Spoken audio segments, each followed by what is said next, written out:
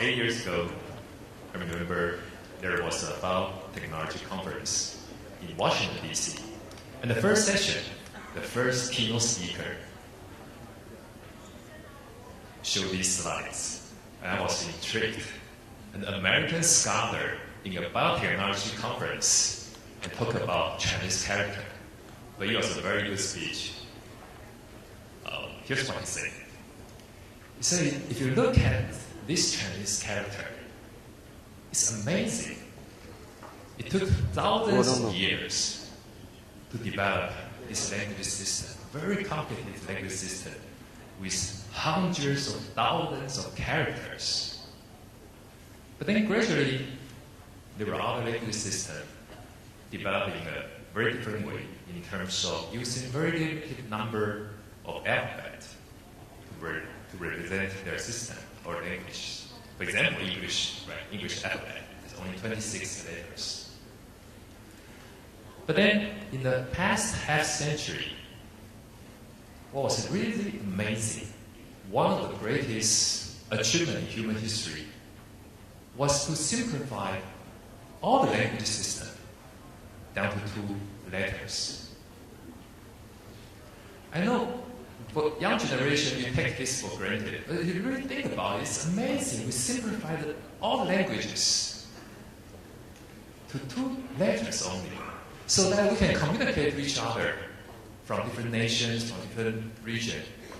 Also, our equipment, our device, can start to talk to each other, so that my cell phone can talk to my iPad can talk to my computer can talk to my fax machine. All because we simplify a system down to a very limited number of elements. And this is about the convention, not a digital.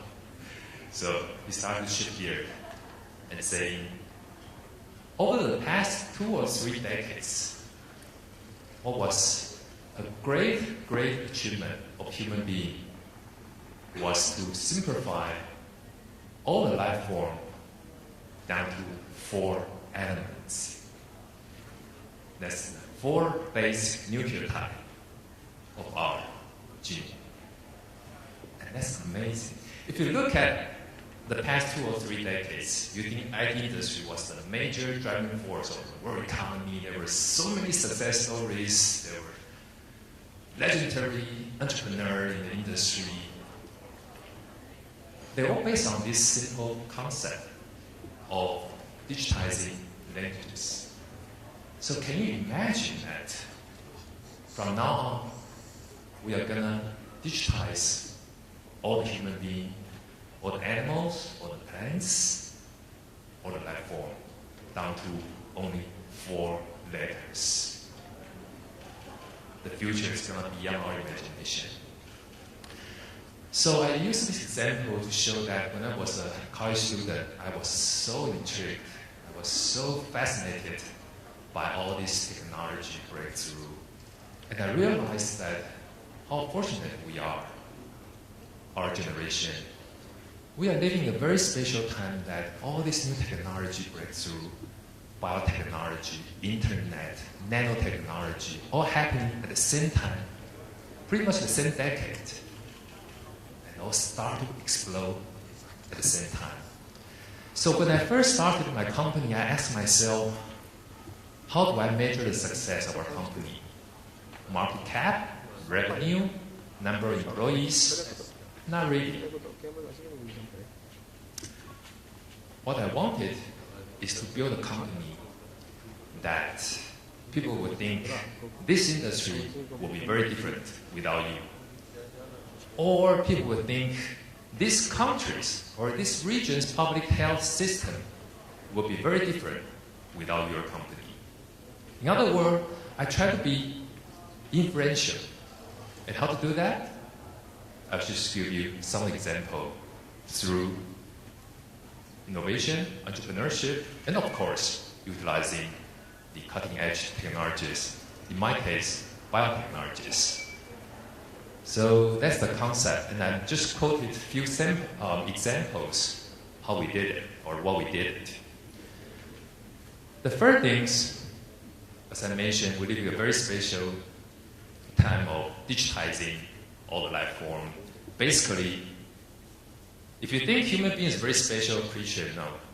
We are basically a computer program consisting of these 4 letters of genetic code, which is not very different from a tiger, a mouse, or a cat. So that since it's a computer program, then we can do debug. If there's something wrong with the program, then we debug, we modify. So that's the basic concept behind genetic testing. So here's one of the success story of our company. Our first targeted diseases was spinal muscular atrophy.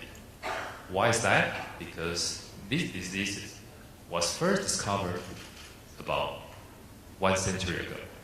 But then so far, over the past century, there's no cure whatsoever. Nothing you can do about it. Once you diagnose it, you just wait until the end of your life. So the only way to prevent or to address this issue or to prevent this disease is to do genetic testing, prenatal genetic testing. That's the only way so far in the world. And that's what we did. We were the first one in the world to introduce this concept of genetic diagnostic for prenatal testing. And we have done more than 200,000 tests for parents. And out of these 200,000, there were a lot of good stories. We told them during their pregnancy that your baby is going to carry type 1 or type 2 or type 3 SMA, so they cannot live for over 1 or 6 or 30 years. We can pretty much predict which type of disease they carry on and what's their lifespan, so that it's up to them to make their choice, whether they want to continue their pregnancy or they want to make some other choices. And the carrier rate for this disease was the highest in the world, and it's not population dependent. Throughout the world, the carrier rate is 2%. And we were the first one to prevent these diseases, so that all the public health system in Taiwan has been changed. The landscape has been changed. Instead of allocate billions of dollars to treat these diseases, and actually there's no cure, we just slow down their progression. We actually reallocate all the resources to do preventive medicine through prenatal genetic testing. And that's what we did. That's what we make so different in our public health. Give you another example. We use the same thing, but we move a little bit even earlier. We do antenatal, even before pregnancy, through the genetic screening of embryos. And that's a true story that about 10 years ago, there was a parent who lost their child at the age of 1. And then after that, they got pregnant, they do the prenatal testing, and found out the baby was, again, hemophilia, so they went through abortion. And then 2 years later, another abortion. 3 years later, another abortion. Until last year, they heard about our new technology. We can do the genetic selection of the embryo to find out which one is suitable for implantation.